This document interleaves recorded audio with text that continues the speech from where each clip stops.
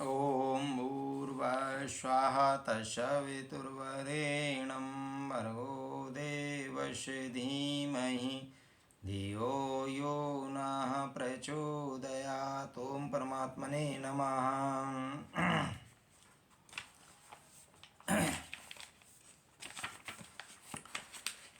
चिंतया जायते दुख नान्यथेति निश्चयी तया हीना सुखी शांता सर्वत्र गलित स्पृहा।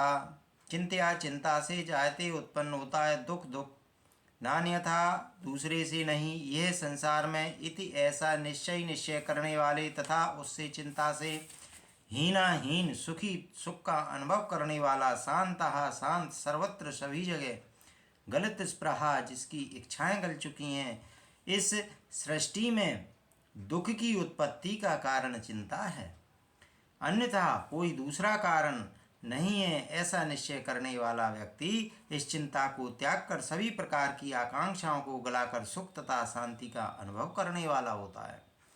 इसी क्रम में महर्षि अष्टावक्र कहते हैं कि जहाँ अहंकार की भावना है वहीं कर्तापन की भावना है, एवं जहाँ कर्तापन का भाव है अर्थात यह मैं ही कर रहा हूँ ऐसा ही भावना है, यहाँ वहाँ फल आकांक्षा ही भी होगी और चिंता भी होगी। जहाँ चिंता है वही दुख भी है। इसलिए महर्षि अष्टावक्र ने दुखों का कारण चिंता को ही बताया है। इसमें चिंता का अर्थ है बारंबार विचार करने हेतु विवश होना है, जानते हुए भी इसका कोई लाभ नहीं होगा। अनचाहे ही उस बारे में सोचना कि वह मिलेगा या नहीं मिलेगा, वह चिंतो नहीं जाएगा। इस तरह के विचार उत्पन्न होते हैं। वर्तमान युग में वैज्ञानिकों ने तो चिंता को एक आदत के रूप में मान लिया है। जिनके पास सकारात्मक तथा रचनात्मक को सोचने विचारने को नहीं होता है, वे ही इस प्रकार के बेवजह के विचारों में अपने आप को उलझाकर व्यस्त रखते हैं। अतः चिंता सर्वथा अज्ञानी लोग ही करते हैं, जबकि ज्ञानी है सोचते हैं कि मैं करने वाला नहीं हूँ, उपकरण मात्र हूँ। सभी कार्य ईश्वर की इच्छा अनुसार होते हैं और उसी के आदेश और प्रेरणा से मैं कर्म करता हूँ। मैं वाहन मात्र हूँ, बांसुरी मात्र हूँ, बजाने वाला हूँ, स्वर उसी के हैं। ऐसा मान करने के कार्य करने वाला निर्भर होकर चिंता मुक्त होकर जीवन व्यतीत करता है। ऐसा मनुष्य सुखी तथा शांत होता है।